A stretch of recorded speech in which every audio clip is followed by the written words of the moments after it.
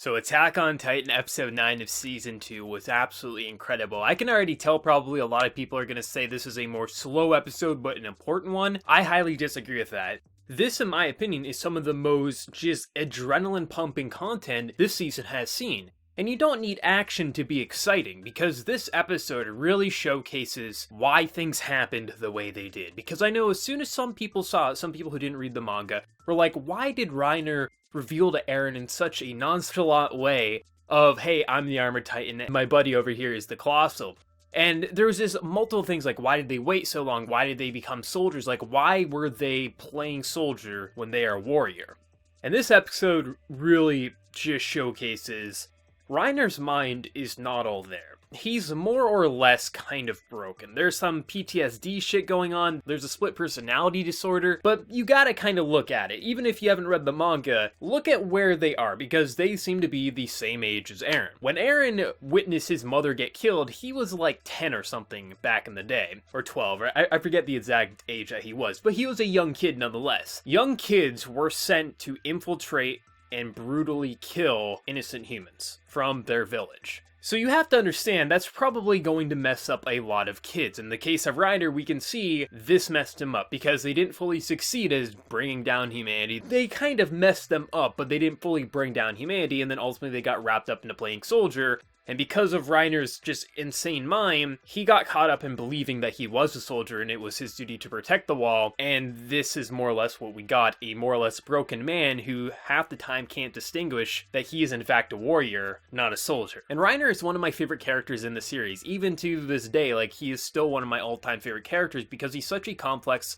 and just really well-written character that the more you see of him, the more you feel for him. But he still is a villain in his own way, because you can see what he did to humanity. But he's not all bad. He is literally a warrior who was sent in to do this, and it was easy to manipulate a child, especially a child with that much power. And I love the banter between Eren and him, because if you look at Eren's perspective, Eren is not wrong for being pissed off. Eren is not wrong for wanting to brutally slaughter these people. But at the same time, you look at Reiner and you're just thinking, this guy is so messed up. He's so messed up. He's talking like he's still part of the soldiers. Why is Eren so mad at me? Like, did I say something wrong? And you can see the personas kind of snapping back and forth, and it's incredible to watch. It's very hard to watch in a lot of ways, because I'm sure even a lot of anime onlys are going to really like Reiner as a character, and they're not going to like seeing him in such a weak state. But it's just very well written with how they did it, and the animation, and I think their directing, is even more powerful than when I read it in the manga, because the way they framed it, the way they cut back to different facial expressions, even when they weren't really animating things, even when it was just still frames on Ymir or Eren, the just sheer amount of detail and just the atmosphere, it was perfect for building the tension and making this be like, even though I knew what was happening, even I knew what the characters would more or less say, it still had me on the edge of my seat because it was just so powerful in terms of writing. And I forgot exactly the details on why Eren couldn't transform. I vaguely remembered I didn't enjoy the explanation in the manga, and now watching it in the anime, I think I just misinterpreted back in the day when I read the manga, because it does make sense, you know, if they are regenerating their body, if they can actually transform here, that would make sense. But also, even if they did transform, they had to outmaneuver all these Titans.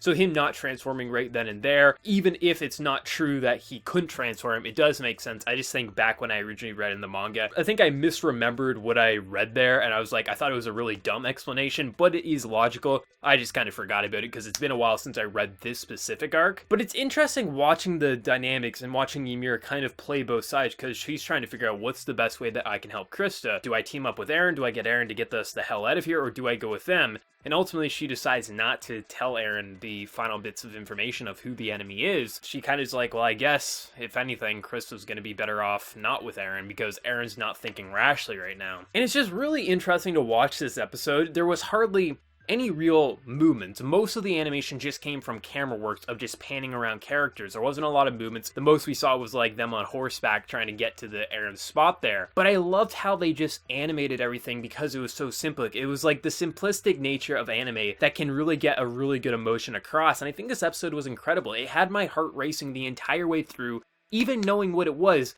To see Reiner shatter that much and to see how pissed off it makes Eren, because Eren's just like, you are just murderers. You have no fucking right to even try to act like we should care for you. And you see where he's coming from, but we've been with Reiner for so long, we're just like, he was also just kind of being played by his side, so you can't fully hate him. and just the emotion that we're going through, it's incredible, and I'm really excited for when they get to chapter 50 of the manga. It's my favorite chapter, or my second favorite now, because there's been a recent chapter that kind of surpassed it. But it should be either next week or the week after. We're going to see one of the best moments in Attack on Titan, and I'm so hyped for it. I really love this episode, but let me know your thoughts down in the comment section below. What did you think of this episode? Because I think a lot of people are going to call this a slow episode, where I highly disagree, because just the character dynamics, the dialogue was so just important and just showcased how broken Reiner is. I call this to be one of the most exciting episodes for myself. But let me know your thoughts down in the comment section below. And before you leave, smack that like button to show your support. If you're new to the channel, be sure to subscribe. So until next time, everyone, please take care and have a good one.